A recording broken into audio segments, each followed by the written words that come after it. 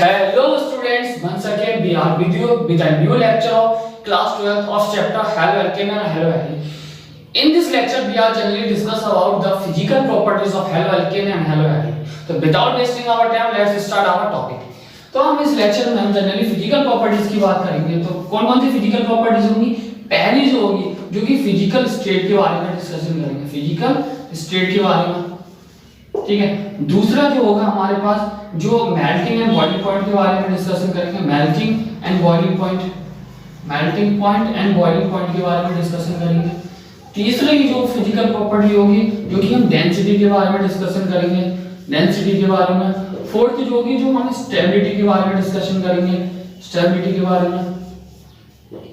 और जो फिफ्थ जो होगी वो कौन सी डिस्कशन करेंगे? जो फिफ्थ होगी डाइपोल मोमेंट के बारे में, डाइपोल मोमेंट के बारे में. ठीक है. तो हम एक एक करके हम इस फिजिकल प्रॉपर्टीज को समझते हैं. सबसे पहले हम स्टार्ट करेंगे अपने हेलोएल्केन से. हम सबसे पहले हम हेलोएल्केन की फिजिकल प्रॉपर्टी को समझेंगे, उसके बाद हम किसको समझेंगे? हेलोएल्केन की. तो सबसे पहले हम स्टार्ट करते हैं अपनी फिजिकल प्रॉपर्टीज ऑफ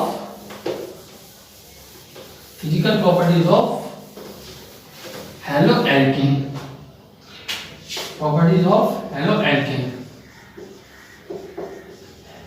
और उसमें भी सबसे पहले किसकी बात करेंगे? फिजिकल स्टेट की, फिजिकल स्टेट की. तो फिजिकल स्टेट जो होगी, अब इसमें जो होगा जैसा कि हम जानते हैं कि कोई भी कंपाउंड होगा या तो वो गैसीय स्टेट में होगा, अगर कोई भी कंपाउंड है. ठीक है. और जनरली हम ऑर्गेनिक कंपाउंड की बात करेंगे इस ऑर्गेनिक केमिस्ट्री में. तो ऑर्गेनिक कंपाउंड जो होगा या तो गैसियस फॉर्म में होगा या वो लिक्विड फॉर्म में होगा या वो सॉलिड फॉर्म में एग्जिस्ट करेगा. अब ये कि वो लिक्विड फॉर्म में एग्जिस्ट करेगा, क्या वो गैस फॉर्म में एग्जिस्ट करेगा या वो सॉलिड फॉर्म में एग्जिस्ट करेगा, ये डिपेंड करेगा कि उस कंपाउंड में कितने नंबर ऑफ कार्बन प्रेजेंट है और क्या उसके बीच में फोर्स ऑफ अट्रैक्शन है. ठीक है. जैसे कि जो लोअर हेलोएल्केन्स होती हैं, ठीक है, जैसे लोअर हेलोएल्केन्स होती हैं, जैसे लोअर हेलोएल्केन कंपाउंड्स होते हैं, लोअर हेलोएल्केन कंपाउंड्स होते हैं. ठीक है. तो लोअर हेलोएल्केन्स होते हैं. अब लोअर हेलोएल्केन्स का मतलब क्या होता है? जैसे कि जिस कंपाउंड में कोई भी कंपाउंड होगा, ठीक है, हेलोएल्केन होगा, उस कंपाउंड में जनरली कार्बन के जो एटम्स होंगे वो 1 से लेकर 4 कार्बन के एटम्स प्रेजेंट होंगे. तो जनरली किस फॉर्म में एग्जिस्ट करेगा? वो गैसियस फॉर्म में एग्जिस्ट करेगा. कौन सी स्टेट में? गैसियस स्टेट में एग्जिस्ट करेगा. अब जैसे जो हायर हेलोएल्केन्स होंगे, हायर हेलोएल्केन्स होंगे, ठीक है, हायर हेलोएल्केन वो या तो वो लिक्विड फॉर्म में होंगे या वो सॉलिड फॉर्म में होंगे. ठीक है. या तो वो लिक्विड फॉर्म में होंगे या सॉलिड फॉर्म में होंगे. तो ये फिजिकल प्रॉपर्टीज होती हैं. ठीक है. पहली जो फिजिकल स्टेट बताती है, फिजिकल स्टेट जो लोअर हेलोएल्केन्स होंगे जिनमें कि कार्बन के कंपाउंड यानी कार्बन के एटम की जो प्रेजेंस होगी उस कंपाउंड में 1 से लेकर 4 होगी, उन्हें लोअर हेलोएल्केन कंसीडर करेंगे. और वो जनरली कौन सी स्टेट में एग्जिस्ट करेंगे? वो गैसियस स्टेट में एग्जिस्ट करेंगे. जबकि जो हायर हेलोएल्केन होंगे, जो हायर हेलोएल्केन होंगे या तो वो लिक्विड फॉर्म में एग्जिस्ट करेंगे या वो सॉलिड फॉर्म में एग्जिस्ट करेंगे. ठीक है. अब ये डिपेंड किस पर करेगा? ये फोर्स ऑफ अट्रैक्शन पर डिपेंड करेगा. जितनी ज्यादा फोर्स ऑफ अट्रैक्शन होगी उतनी ही वो या तो कम होगी तो वो गैसियस फॉर्म में, और जो अगर ज्यादा होगी फोर्स ऑफ अट्रैक्शन तो वो लिक्विड और गैस, लिक्विड और सॉलिड स्टेज में एग्जिस्ट करेगा. ठीक है. तो जो लोअर हेलोएल्केन्स होती हैं उनके बीच में फोर्स ऑफ अट्रैक्शन कम होती है जिसकी वजह से वो गैसियस स्टेट में एग्जिस्ट करते हैं. अब दूसरी जो फिजिकल प्रॉपर्टीज है हमारी, ठीक है, जो मेन होगी जहां से क्वेश्चंस आते हैं वो है हमारी कौन सी? Melting and boiling point, melting and boiling point, boiling point. अब इसमें भी जो ज्यादा इंपॉर्टेंट हो जाता है वो हो जाता है बॉइलिंग पॉइंट के बारे में जानना.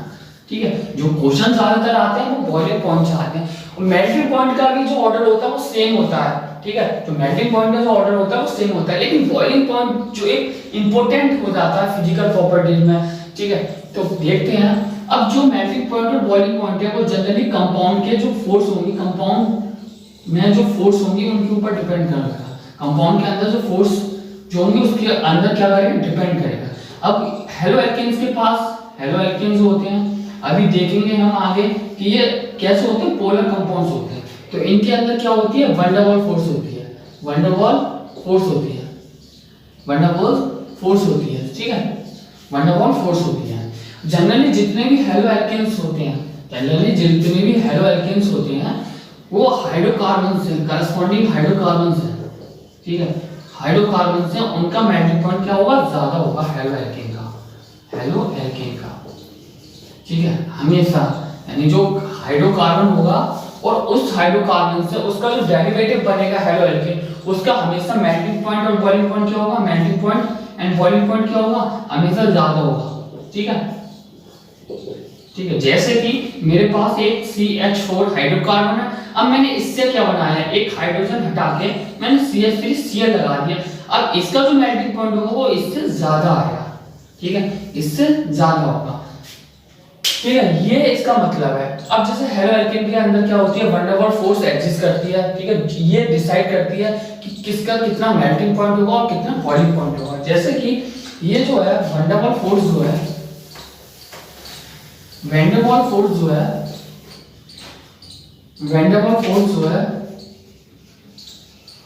फोर्स जो एग्जिस्ट करेगी हमारे हेलो एल्केन में, वो डिपेंड किस पे करेगी, वो डायरेक्ट प्रोपोर्शनल होगी किसके, मोलर मास के, मोलर मास के, और इनवर्सली प्रोपोर्शनल होगी किसके, ठीक है, डायरेक्ट प्रोपोर्शनल जो होगी मोलर मास के और इनवर्सली प्रोपोर्शनल होगी ब्रांचिंग के, ठीक है, ब्रांचिंग के। अब देखो इस चीज से हम आसानी से क्या करेंगे, हम कंपेयर कर पाएंगे कि किसका मेल्टिंग पॉइंट ज्यादा होगा, किसका बॉइलिंग पॉइंट ज्यादा होगा।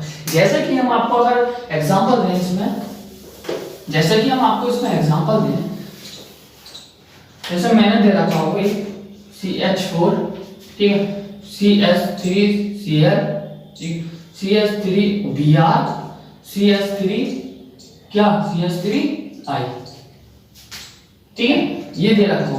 अब जैसे कि हमने बताया कि ये हाइड्रोकार्बन है, सबसे पहले तो ये क्या है, हाइड्रोकार्बन है, हाइड्रोकार्बन है, और बाकी ये कौन से हैं, ये हमारे हेलो एल्केन्स हैं, हेलो एल्केन्स हैं, तो हमेशा हेलो एल्केन्स के तो ज्यादा होंगे, तो ये तो सबसे कम, इसका मेल्टिंग पॉइंट और बॉइलिंग पॉइंट सबसे कम तो इसका होगा, ठीक है, सबसे कम इसका होगा। अब देखो ये हेलो एल्केन है, अब इन हेलो एल्केन में हमें डिसाइड करना है किसका कम होगा किसका ज्यादा होगा, वो किससे डिसाइड करेंगे, हम वो डिसाइड करेंगे अपनी वैन डर वाल्स फोर्स से। जैसा कि आपने देखा कि वैन डर वाल्स फोर्स किसके डायरेक्टली प्रोपोर्शनल होती है, मोलर मास के। अब देखो ये वाला ग्रुप जो है इन तीनों में क्या सेम है, ठीक है, ये ग्रुप क्या है, इन तीनों में सेम है, और डिफरेंट क्या है, डिफरेंट है हैलोजन का। अब हैलोजन जैसे क्लोरीन होता है, ब्रोमीन है, आयोडीन है, अगर हम इसका ऑर्डर देखें तो फ्लोरीन, क्लोरीन, ब्रोमीन, आयोडीन। अब नीचे की तरफ जाएंगे हम तो मोलर मास क्या होगा, वो इंक्रीज होगा, क्या होगा, इंक्रीज होगा। तो देखो मोलर मास इधर इंक्रीज हो रहा है, तो हमारा जो मेल्टिंग पॉइंट और बॉइलिंग पॉइंट का ऑर्डर हो जाएगा वो ये हो जाएगा, ठीक है, ये हमारे मेल्टिंग और बॉइलिंग पॉइंट का ऑर्डर हो जाएगा, ठीक है। तो हम एक बात डिसाइड करेंगे कि सेम अल्काइल ग्रुप के लिए कि जो हेलो एल्केन में जो ऑर्डर होगा, ठीक है, सेम अल्काइल ग्रुप के लिए हेलो एल्केन में जो मेल्टिंग एंड बॉइलिंग पॉइंट का ऑर्डर होगा वो ये होगा, ठीक है, सबसे ज्यादा किसका, Ri का, फिर उसके बाद Rbr का, उसके बाद RCl का, और उसके बाद Rf का, ठीक है, ये ऑर्डर होगा इसका, ठीक है ना, ये क्या होगा, ये ऑर्डर होगा। ये तो हमने डिसाइड किया मोलर मास की बेसिस पे। जैसे अब दूसरा ले हम, जैसे कि दूसरा अगर डिसाइड करें,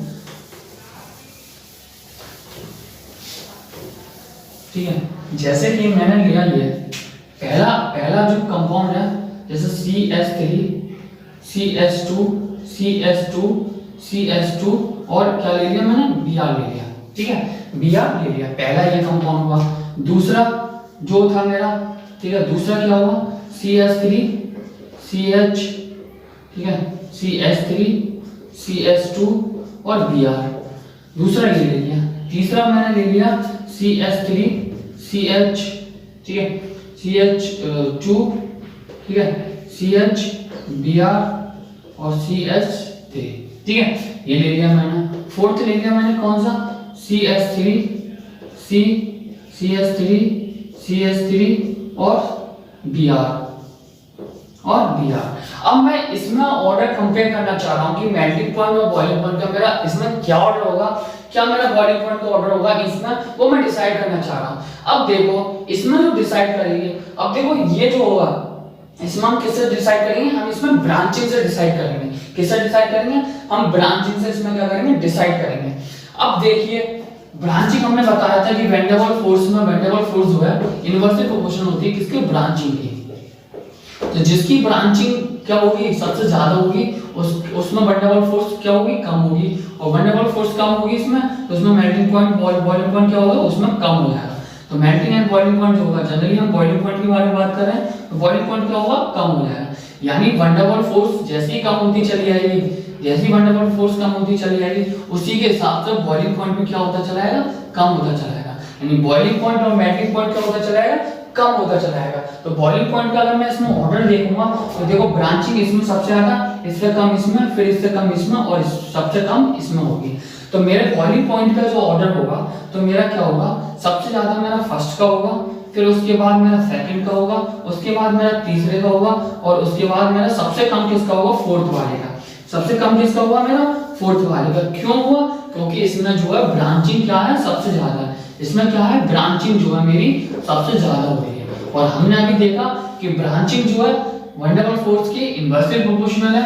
तो जितनी ज्यादा ब्रांचिंग उतनी ज्यादा वैन डेर वाल्स फोर्स उतनी ही कम होगी, ठीक है, उतनी ही कम वैन डेर वाल्स फोर्स होगी, उतनी ज्यादा जब ब्रांचिंग होगी। और जब वैन डेर वाल्स फोर्स जितनी कम होगी, बॉइलिंग पॉइंट का ऑर्डर उतना ही कम होगा। यानी उस सब्सटेंस का, उस कंपाउंड का बॉइलिंग पॉइंट उतना ही क्या होगा, कम होगा। तो सबसे कम किसका है, फोर्थ का, और सबसे ज्यादा किसका, फर्स्ट का, ठीक है। तो इस तरीके से हम कंपेयर कर सकते हैं on the basis of branching. तीसरा देखते हैं, ठीक है। अब देखिए एक बात और, जैसे बॉइलिंग पॉइंट से हो जाएगा, अगर मैं नंबर ऑफ हाइड्रोजन एटम बढ़ा दूं तो बॉइलिंग पॉइंट मेरा क्या हो जाता है, बढ़ जाता है। जैसे कि CH3Cl, ठीक है, CH2 Cl2, CH3 और CCl4। अब जैसे मैंने क्या करा, हाइड्रोजन एटम इसमें बढ़ रहे हैं। अब हाइड्रोजन एटम बढ़ेंगे तो मेल्टिंग पॉइंट और बॉइलिंग पॉइंट भी क्या हो जाएगा, इंक्रीज होता जाएगा। तो ये इसका ऑर्डर होगा। जैसे कि अगर मैं इसको 1 दूं, इसको 2 दूं, इसको 3 दूं और इसको 4 दूं, तो 4 का सबसे ज्यादा मेल्टिंग पॉइंट होगा और बॉइलिंग पॉइंट होगा, और 3 का उससे कम, सेकंड का उसका कम और सबसे कम फर्स्ट का होगा। क्यों होगा, क्योंकि जैसे ही मैंने हाइड्रोजन एटम बढ़ाए उसी हिसाब से मोलर मास इसका क्या हुआ, इंक्रीज हुआ। मोलर मास इंक्रीज हुआ, वैन डेर वाल्स फोर्स बढ़ी, वैन डेर वाल्स फोर्स बढ़ी, डायरेक्ट प्रोपोर्शन कितनी होती है, बॉइलिंग पॉइंट और मेल्टिंग पॉइंट की। तो क्या हुआ, इसका बॉइलिंग पॉइंट इसका इंक्रीज हो गया, ठीक है। तो ये हमारी सेकंड फिजिकल प्रॉपर्टीज थी, मेल्टिंग पॉइंट और फिजिकल मेल्टिंग पॉइंट और बॉइलिंग पॉइंट। अब तीसरी जो प्रॉपर्टी है फिजिकल प्रॉपर्टी, डेंसिटी के बारे में डिस्कशन करते हैं। किसके बारे में, डेंसिटी के बारे में। तो डेंसिटी के बारे में डिस्कशन करेंगे। तो डेंसिटी जैसे कि हम जानते हैं कि क्या होता है, मास पर यूनिट वॉल्यूम, ठीक है, पर यूनिट वॉल्यूम, ठीक है। अब जैसे कि ये है, अब ये जो है यानी अल्काइल फ्लोराइड जैसे RF हो गया, एंड अल्काइल क्लोराइड, ये कैसे होते हैं, ये RCl। इनकी जो डेंसिटी होती है वाटर से कम होती है, ठीक है, ठीक है, R lower denser then water,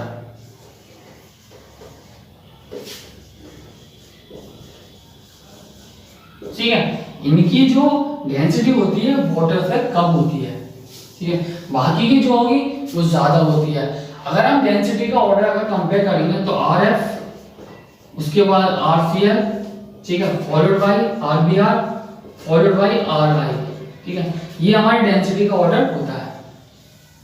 इन सबसे ज्यादा डेंसिटी किसकी होती है, RI की, उसके बाद RBr की, और उससे कम यानी सबसे ज्यादा RI की, उससे कम RBr की, इससे कम RCl की और उससे कम RF की। और इसमें भी ये दोनों होते हैं, RF और RCl। इनकी जो डेंसिटी होती है वाटर से क्या होती है, कम होती है, यानी ये लोअर डेंसर होते हैं देन दी वाटर, ठीक है। तो ये हमारी डेंसिटी थी।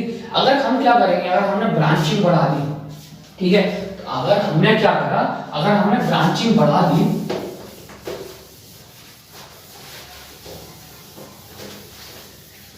ठीक है, अगर हमने क्या करा, हमने ब्रांचिंग कर दी।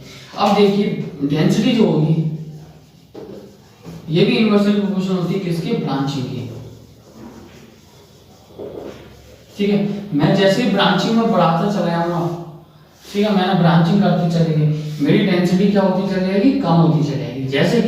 जैसे ब्रांचिंग करी मैंने, ब्रांचिंग करने से क्या होगा, मेरा वॉल्यूम बढ़ जाएगा, वॉल्यूम क्या हो जाएगा मेरा इंक्रीज हो जाएगा और डेंसिटी क्या हो जाएगी मेरी कम हो जाएगी। यानी अगर कोई कंपाउंड दे रखे हो और तो उसमें ठीक है और ब्रांचिंग डिफर कर रही हो, ठीक है, तो हम ब्रांचिंग के बेसिस पे अपनी डेंसिटी को आसानी से पता कर सकते हैं कि हम कंपेयर कर सकते हैं किस हेलो एल्केन की डेंसिटी ज्यादा और किसकी कम है, ठीक है, इस बेसिस पे हम कंपेयर कर सकते हैं।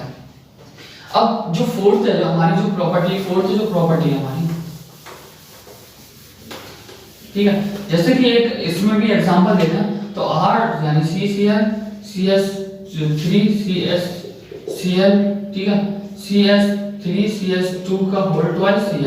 अगर मैं इसमें कंपेयर करूं कि इसमें डेंसिटी किसकी ज्यादा होगी, ठीक है, डेंसिटी का अगर मैं ऑर्डर पूछूं,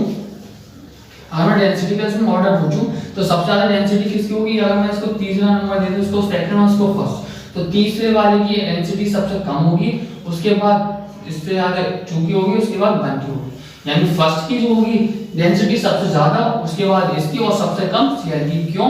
क्योंकि देखो इसमें क्या हो रहा है, इसमें हम इतना नंबर ऑफ वो बढ़ाते चले जा रहे हैं, ठीक है, इसमें क्या ऑर्डर लगा कि इसमें जैसे हमने क्या करी ब्रांचिंग, मतलब कि हमने नंबर ऑफ कार्बन एटम जैसे बढ़ा दिए, उसी हिसाब से क्या हुआ उसकी डेंसिटी डिक्रीज होती गई। यानी कि जैसे हम क्या करेंगे, जैसे हमने चेन बढ़ाई, ठीक है, जैसे हमने अल्काइल की अगर मैंने चेन बढ़ाई, जैसे डेंसिटी को अगर मैं एक तरीके से और बताऊं तो डेंसिटी जो होगी जैसे इन्वर्सली प्रोपोर्शनल होगी अल्काइल चेन के, ठीक है, तो ये अल्काइल चेन से हम डिसाइड करेंगे, ठीक है। तो अल्काइल चेन देखो, इसमें एक अल्काइल ग्रुप छोटा है, फिर इसमें बढ़ गया अल्काइल ग्रुप और इसमें और बढ़ गया, ठीक है, तो इसमें देखो इस अल्काइल ग्रुप की यानी इस अल्काइल ग्रुप की चेन में कितने कार्बन है, 3, इसमें 2 और इसमें 1, ठीक है, तो इस हिसाब से देखो ये अल्काइल चेन जैसी बढ़ी, नंबर ऑफ कार्बन जैसे बढ़ेगी उसमें अल्काइल चेन बढ़ेगी, तो डेंसिटी कैसे होगी, कम होगी। तो सबसे ज्यादा डेंसिटी इसकी, फिर उसकी उससे कम इसकी और सबसे कम इसकी, किसके बेसिस पे, अल्काइल चेन के बेसिस पे, ठीक है। और जैसा पिछले बताया ब्रांचिंग के बेसिस पे भी हम क्या कर सकते हैं, ब्रांचिंग के बेसिस पे भी हम क्या कर सकते हैं, कंपेयर कर सकते हैं डेंसिटी को, ठीक है। अब जो तीसरी जो है हमारी प्रॉपर्टी जो है फिजिकल प्रॉपर्टी, तीसरी फिजिकल प्रॉपर्टीज देखेंगे हम। तीसरी वो देख ली थी डेंसिटी, हमारी फोर्थ है अब, ठीक है, फोर्थ क्या है, स्टेबिलिटी देखेंगे, ठीक है। अब स्टेबिलिटी की बात करें तो स्टेबिलिटी में भी क्या होगा, जैसे कि स्टेबिलिटी का जो ऑर्डर होता है वो RF, उसके बाद RCl और उसके बाद RBr और सबसे कम स्टेबल होता है RI, ठीक है। तो ये ज्यादा ये स्टेबिलिटी का ऑर्डर होता है, ठीक है, ये स्टेबिलिटी का ऑर्डर होता है। यानी कि अगर मैं सेम अल्काइल चेन के लिए अगर कंपेयर करूं डिफरेंट हैलोजन एटम्स जब उस पर अटैच होंगे तो मेरे स्टेबिलिटी का ऑर्डर बनेगा ये, यानी RF सबसे ज्यादा स्टेबल होगा, उसके बाद RCl फॉलोड बाय IBr और फॉलोड बाय RI। यानी कि ये जो होते हैं कम स्टेबल होते हैं, जमीन जब हम इनको अगर हम छोड़ते हैं एक्सपोज करते हैं एयर में तो ये क्या करेगा, सनलाइट की प्रेजेंस में ब्रेक हो जाता है, सनलाइट की प्रेजेंस में क्या हो जाएगा, ठीक है, ये ब्रेक हो जाएगा, ब्रेक होने के बाद ये I2 में होगा और ये कलर देगा, ठीक है, जैसे इसका कलर लगभग वायलेट या ब्राउन कलर ये देता है, वायलेट एंड ब्राउन कलर ये देगा अगर हम क्या करेंगे इसको, अगर हम सनलाइट की प्रेजेंस में एक्सपोज कर देंगे, ठीक है, तो सनलाइट की प्रेजेंस में ये टूट जाएगा क्योंकि ये क्या सा होता है, ये लेस स्टेबल होता है और टूटने के बाद ये कलर देगा वायलेट और ब्राउन कलर देगा, ठीक है। तो ये सबसे ज्यादा stable RF, RCl, RBr, RI, तो स्टेबिलिटी का ऑर्डर होता है। अब ये पांचवी जो इंपॉर्टेंट जो फिजिकल प्रॉपर्टी है हमारी, जो कि हम डायपोल मूवमेंट होगा, ठीक है, डायपोल मूवमेंट डिस्कस करेंगे, डायपोल मूवमेंट डिस्कस करेंगे। तो डायपोल मूवमेंट, ठीक है, कैसे होगा। अब जैसे जो डायपोल मूवमेंट जो होता है, पहले बात तो कि जितने भी हमारे हेलो एल्केन्स होते हैं, हेलो एल्केन्स होते हैं all are polar in nature, ठीक है, सारे के सारे कैसे होते हैं, पोलर, जैसे कि C है और ये X है, X क्या है, हैलोजन, जैसे X की अगर फ्लोरीन, क्लोरीन, ब्रोमीन और हाइड्रोजन होगा, ठीक है। अब जैसे ये है, इसकी इलेक्ट्रोनेगेटिविटी ज्यादा होगी कार्बन से, कार्बन से इलेक्ट्रोनेगेटिविटी हैलोजन की ज्यादा होती है, तो इस पर जो होगा डेल नेगेटिव और डेल इस पर पॉजिटिव चार्ज आएगा। पार्शियल चार्ज होने आने की वजह से ये इस कंपाउंड को कैसा बना देगा, पोलर बना देगा। तो पोलर कंपाउंड होने की वजह से इसके अंदर क्या जनरेट हो जाएगा, डायपोल मोमेंट। डायपोल मोमेंट क्या होगा कि जब इलेक्ट्रॉन ये शेयर करेंगे तो इलेक्ट्रॉन की डेंसिटी जो होगी कि ये किधर की तरफ मूव कर रही है वो डायपोल मोमेंट बताएगा। जैसे कि ये कैसा है, ये हाई इलेक्ट्रोनेगेटिव एटम है, हाई इलेक्ट्रोनेगेटिव एटम है ये, ठीक है। तो ये क्या करेगा, इस इलेक्ट्रॉन डेंसिटी को अपनी तरफ खींचेगा, ठीक है। तो डायपोल मोमेंट हम इस तरीके से दिखाएंगे इसकी तरफ, ठीक है, कि ये डायपोल मोमेंट की इलेक्ट्रॉन का जो क्लाउड है वो मोर इलेक्ट्रोनेगेटिव एटम की तरफ शिफ्ट हो रहा है। तो इसकी वजह से क्या होगा, इसके अंदर डायपोल मोमेंट क्या होगा, जनरेट हो जाएगा। अगर मैं देखो डायपोल मोमेंट, ठीक है, तो देखो जितनी ज्यादा इलेक्ट्रोनेगेटिविटी का डिफरेंस, ठीक है, जितनी ज्यादा इलेक्ट्रोनेगेटिविटी का डिफरेंस होगा उतनी ज्यादा डायपोल मोमेंट होगा। जैसे कि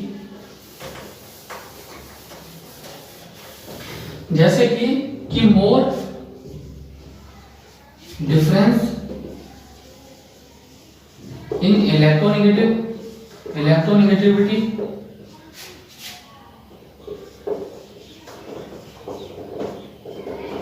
ठीक है, ठीक है, जितना ज्यादा मोर डिफरेंट, ठीक है, जो मोर यानी ज्यादा डिफरेंस होगा इलेक्ट्रोनेगेटिविटी में, डिफरेंस,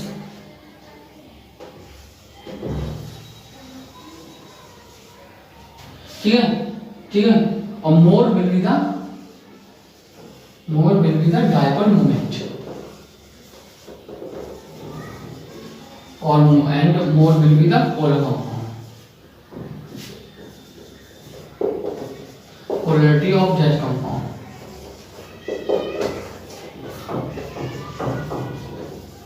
यानी कि कार्बन और हेलोजन के बीच में जितना ज्यादा डिफरेंस होगा इलेक्ट्रोनेगेटिविटी का उतनी ज्यादा क्या हो जाएगा, डायपोल मोमेंट बनेगा, और जितना ज्यादा डायपोल मोमेंट बनेगा उतना ही पोलर उस कंपाउंड को बना देगा, ठीक है। तो देखेंगे जैसे कि अगर हम इसके बेसिस पे देखें, ठीक है, इसके बेसिस पे अगर हम देखें, अगर मैं इलेक्ट्रोनेगेटिविटी के ऑर्डर की बात करूं हेलोजन में, तो सबसे ज्यादा फ्लोरीन की होती है इलेक्ट्रोनेगेटिविटी, उसके बाद क्लोरीन की, उसके बाद किसकी होती है, ब्रोमीन की, और उसके बाद आयोडीन की होती है, ठीक है। तो देखो ऑर्डर ये होना चाहिए CF, ठीक है, CF, जैसे कि ऑर्डर अगर मैं ये लूं CF CH3F, ये ऑर्डर होना चाहिए,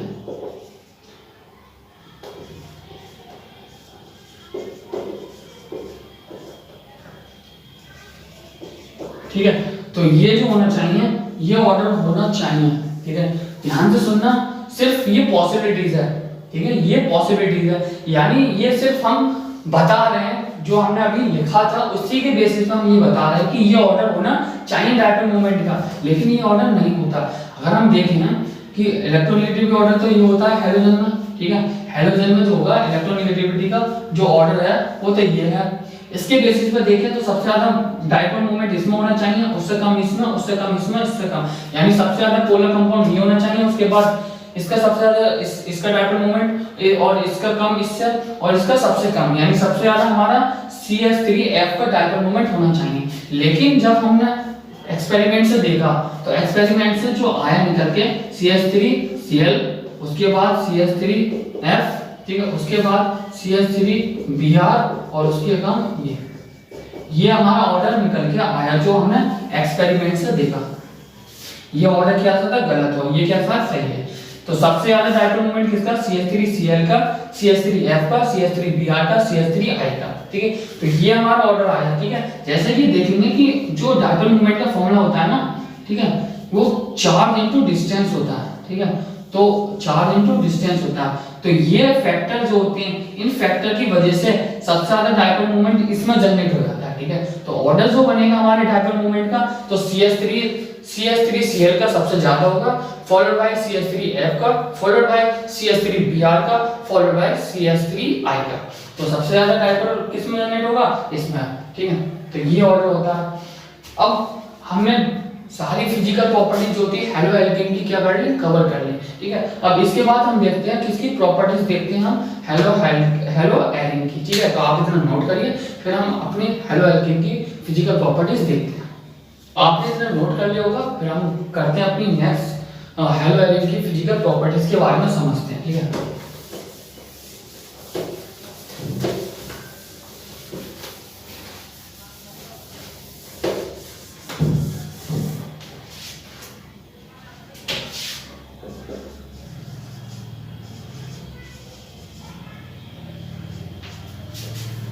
तो सबसे पहले हम देखेंगे फिजिकल स्टेट के बारे में, फिजिकल स्टेट के बारे में।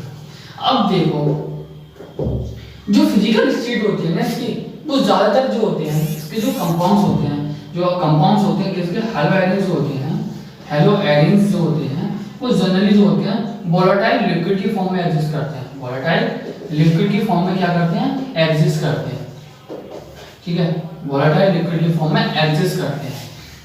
हाँ, तो इसमें जो होगा फिजिकल स्टेट में ये फिजिकल प्रॉपर्टी इतनी ज्यादा इंपॉर्टेंट नहीं है जितनी कि हमारी मेल्टिंग पॉइंट और बॉइलिंग पॉइंट इससे रिलेटेड होना चाहिए, क्योंकि ये कैसे होते हैं, ज्यादातर वोलेटाइल लिक्विड की फॉर्म में एग्जिस्ट करते हैं।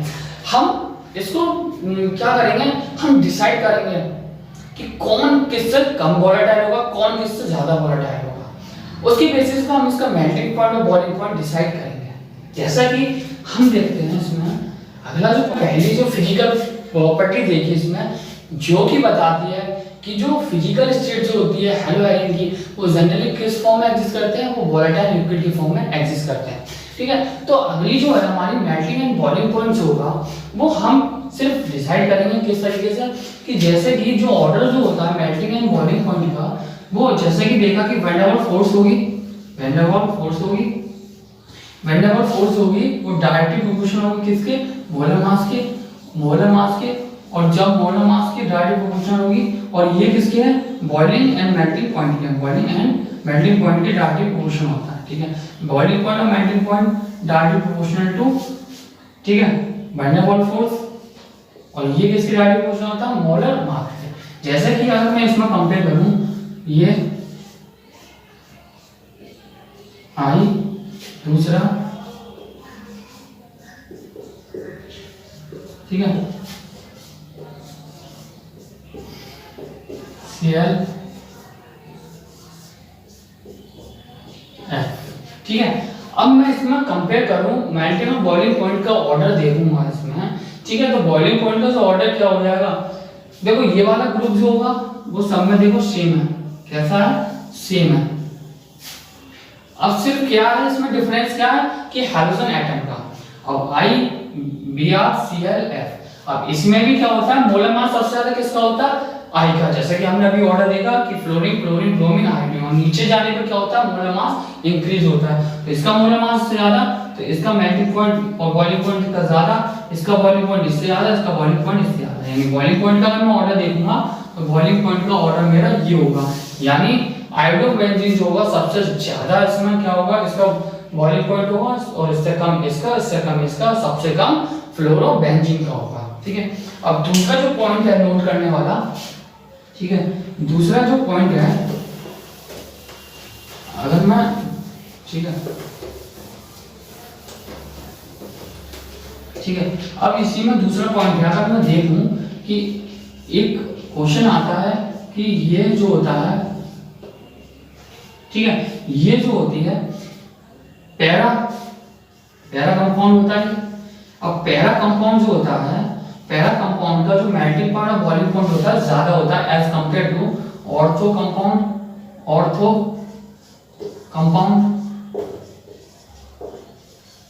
एंड मेटा कंपाउंड्स, ठीक है, ऑर्थो एंड मेटा कंपाउंड।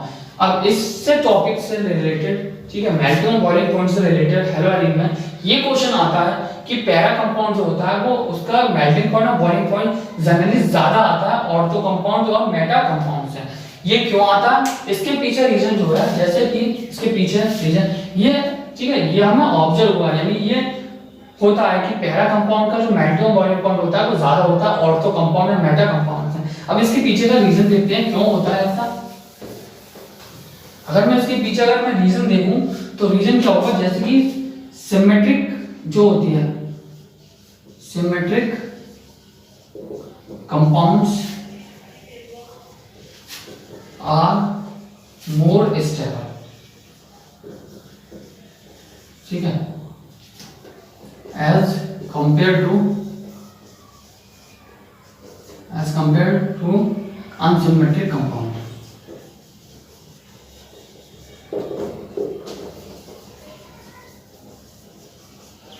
ठीक है। ये कि कोई भी अगर सिमेट्रिक कंपाउंड होगा, जिस कंपाउंड में सिमेट्रिक फाइंड होगा वो ज्यादा स्टेबल होगा as compare to unsymmetric compounds, ठीक है।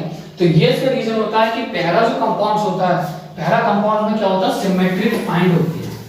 पहला कंपाउंड में क्या होता है, सिमेट्री होती है। तो पहला कंपाउंड में सिमेट्री होने के कारण, ठीक है, ये क्या होता है, Cl Cl,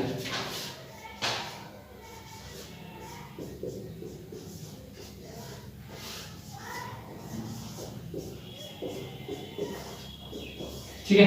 देखो ये जो होता है पहला वाला कंपाउंड जो होता है, पहला कंपाउंड जो है इसमें क्या होता है, सिमेट्री मिलती है, आज सिमेट्रिक होता है नेचर में। कैसा होता है, सिमेट्रिक होता है। जबकि ये जो दोनों होते हैं, ये कौन सा है, ऑर्थो कंपाउंड, ठीक है, ऑर्थो कंपाउंड। और ये कैसा है, ये मेटा कंपाउंड। तो देखो ये जो होते हैं दोनों, ये अनसिमेट्रिक होते हैं नेचर में, अनसिमेट्रिक होते हैं इन नेचर। कैसे होते हैं, अनसिमेट्रिक होते हैं नेचर में, ठीक है। तो ड्यू टू द सिमेट्री यानी पहला जो कंपाउंड्स होते हैं वो सिमेट्री फाइंड होती है, तो due to the symmetry they show higher boiling and melting point as compare to the ortho and meta compounds, ठीक है। तो ये इसके पीछे का रीजन है। अब अगली जो अब देखते हैं अपनी तीसरी जो फिजिकल प्रॉपर्टी है उसकी स्टेबिलिटी। क्या, स्टेबिलिटी।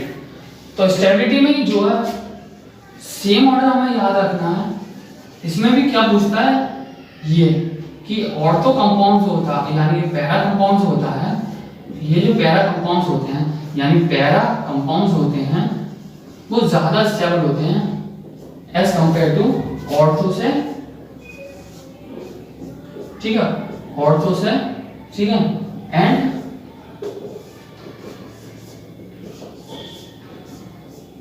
ठीक है, ये मेटा से, ठीक है। तो ये ऑर्थो से और मेटा से, ठीक है। तो पैरा कंपाउंड्स होते हैं वो ज्यादा स्टेबल होते हैं एज ऑर्थो कंपाउंड से और मेटा कंपाउंड से। तो जैसा कि रीजन अभी हमने देखा क्यों होता है ये ऐसा, as symmetric, due to symmetry, कि पैरा कंपाउंड में सिमेट्री होती है और इन दोनों सिमेट्री नहीं होती। इसमें भी सेम क्वेश्चन पूछता है, ठीक है। तो हम स्टेबिलिटी के बेसिस पे भी हम बता सकते हैं कि पैरा कंपाउंड सिमेट्री होने के कारण ये ज्यादा स्टेबल होता है as compare to ortho compound और मेटा कंपाउंड। अब जो फिफ्थ प्रॉपर्टी है हमारी डेंसिटी, जो फोर्थ प्रॉपर्टी जो है हमारी वो क्या है, डेंसिटी। डेंसिटी देखते हैं इसमें, फोर्थ डेंसिटी। अब डेंसिटी जो है ना वो ज्यादा इंपॉर्टेंट नहीं है इसके लिए, कि इसमें सिर्फ ये इतना जानना काफी है कि ऑल हेलो एलिन्स जो होते हैं, ऑल हेलो एलिन्स जो होते हैं आर हैवियर देन वाटर, ठीक है। ये हैवियर होते हैं वाटर से, ठीक है। जितने भी हमारे हेलो एलिमेंट्स होते हैं क्या होते हैं, हैवियर होते हैं किससे, वाटर से। तो अब जो अगली है ना वो ज्यादा इंपॉर्टेंट है। जो फिफ्थ जो फिजिकल प्रॉपर्टी है इसकी, जो डायपोल मोमेंट से रिलेटेड है, वो देख लेते हैं। जैसे डायपोल मोमेंट है, फिफ्थ डायपोल मोमेंट, ये ज्यादा इंपॉर्टेंट है।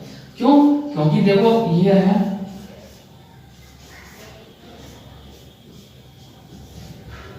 ये कैसा हो गया, ये पैरा, ठीक है। अब मैं बार बार सेम एग्जांपल क्यों ले रहा हूँ, ठीक है।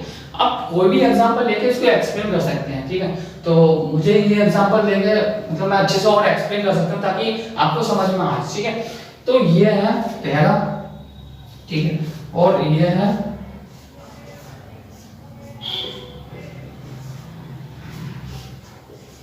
ठीक है, और ये है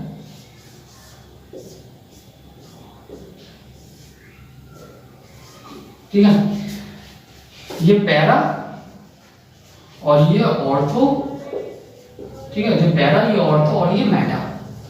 अब देखो इसके बीच में अगर मैं एंगल देखूं थीटा क्या होगा, इसके बीच में 180 डिग्री, ठीक है।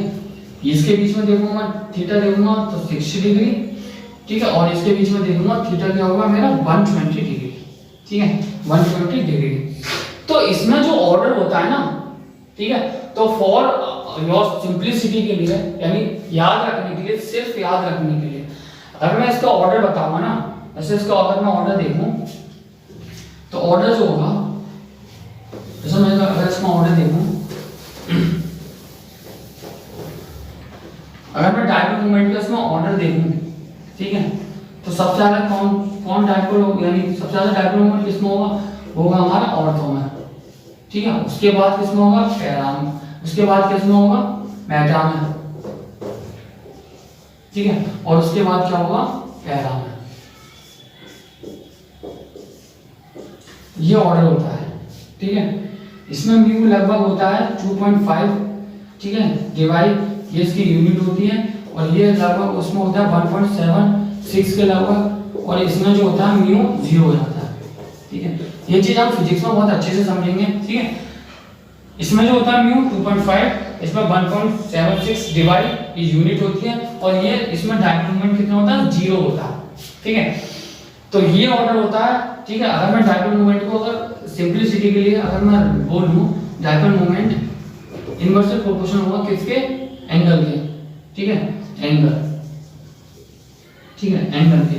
सिर्फ ये कोई ट्रिक नहीं है, ना ही कोई ये फॉर्मूला है, सिर्फ याद रखने के लिए ये चीज बताई गई है। क्यों?